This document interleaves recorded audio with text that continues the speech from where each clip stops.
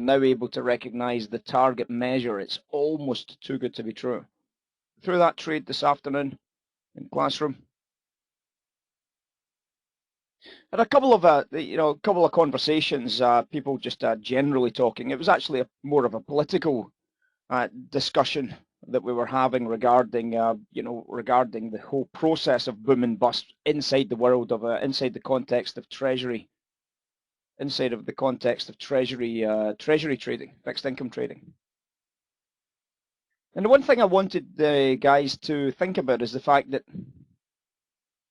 inside of these corrections, and a lot of people say, but look at how badly it's trashed the economy. Look at how badly the economy's done when we've got all these lockdowns. But what I asked them to think about is,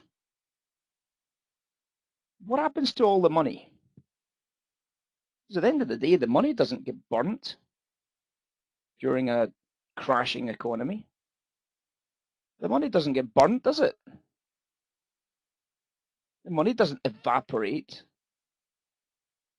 So the money's still exactly the same in the system. In fact, it's probably increased. Well, in this occasion, it's obviously significantly increased. But so where does all the money go? Where does all the money go? Think about it. Just from a simple thought experiment, guys. During the lockdown and everybody's panicking about the economy and all that kind of stuff. The money hasn't changed, has it? The money hasn't gone away. It's suddenly not as if there's no money anywhere.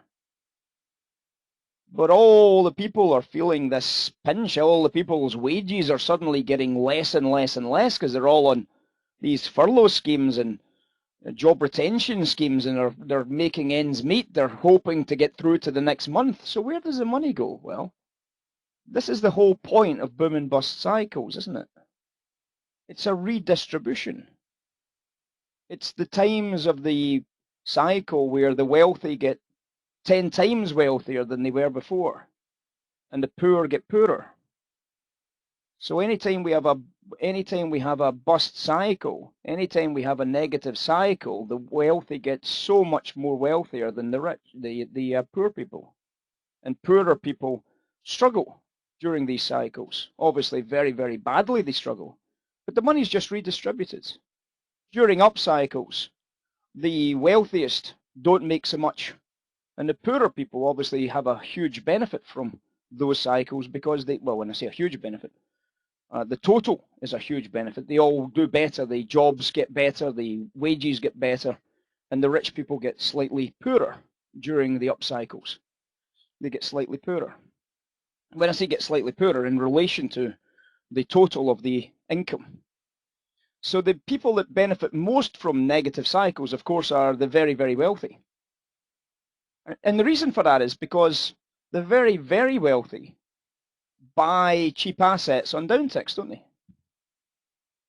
The wealthy countries buy cheap assets on downticks. The wealthy countries, the wealthy people buy discounted closed down properties. They buy discounted closed down businesses. They buy fire sale warehouses. They buy. They buy commodities and store them until because they don't need the cash flow, because they don't need cash flow. They need assets. They need hard, fast assets. They need cash and assets. And therefore they benefit massively from inflationary pressures, don't they? Massively. Who benefits from inflation, guys? The very wealthy benefit. The people that own assets benefit immensely from inflationary pressures because they own the asset. The people who don't own the assets pay massively for inflationary pressures. They pay massively for inflationary pressures because they don't own the asset. Therefore, that inflationary pressure must be a cost to the rest of the world's population. So these boom and bust cycles, of course, are designed specifically for the wealthiest of society to make even more money. And that's the whole process. The money doesn't go away. It just gets redistributed, guys. It doesn't go away. And a lot of people forget that when they see an economic cycle that's in turmoil. They think everybody's in the toilet. Well, actually, the very wealthy are doing incredibly well. And they're just buying up and buying up and buying up assets by the barrel loads when everybody else is panic selling. Everybody, the big players are gobbling up those assets at very, very, very big discounted prices. So just a thought experiment for you to think about the next time you hear about this concept of boom and bust cycles. It's just actually a redistribution of wealth.